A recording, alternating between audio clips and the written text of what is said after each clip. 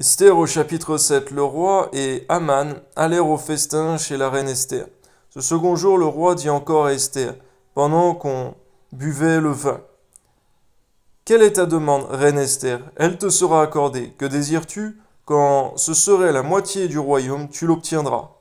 La reine Esther répondit, si je trouvais grâce à tes yeux au roi, et si le roi le trouve bon, accorde-moi la vie, voilà ma demande, et sauve mon peuple, voilà mon désir. Car nous sommes vendus, moi et mon peuple, pour être détruits, égorgés, anéantis. Encore, si nous étions vendus pour devenir esclaves et servantes, je me tairais, mais l'ennemi ne saurait compenser le dommage fait au roi.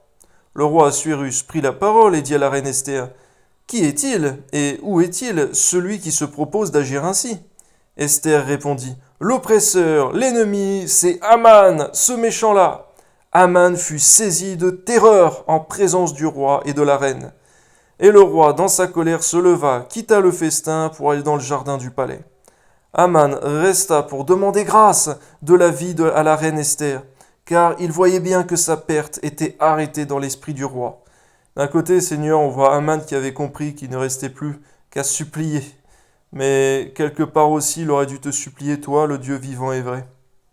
Lorsque le roi revint du jardin du palais dans la salle du festin, il vit Aman qui s'était précipité vers le lit sur laquelle était Esther, et il dit, serait-ce encore pour faire violence à la reine chez moi, dans le palais?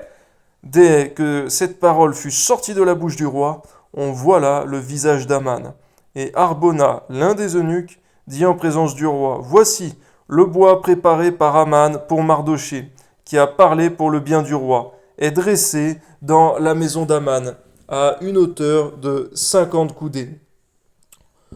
Seigneur, on voit que rien, Seigneur, de ce qui a été fait dans l'ombre ne reste secret bien longtemps, Seigneur.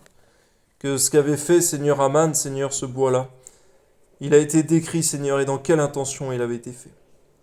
Le roi dit qu'on y pende Aman, et l'on pendit Aman au bois qu'il avait préparé pour Mardoché. Et la colère du roi s'apaisa.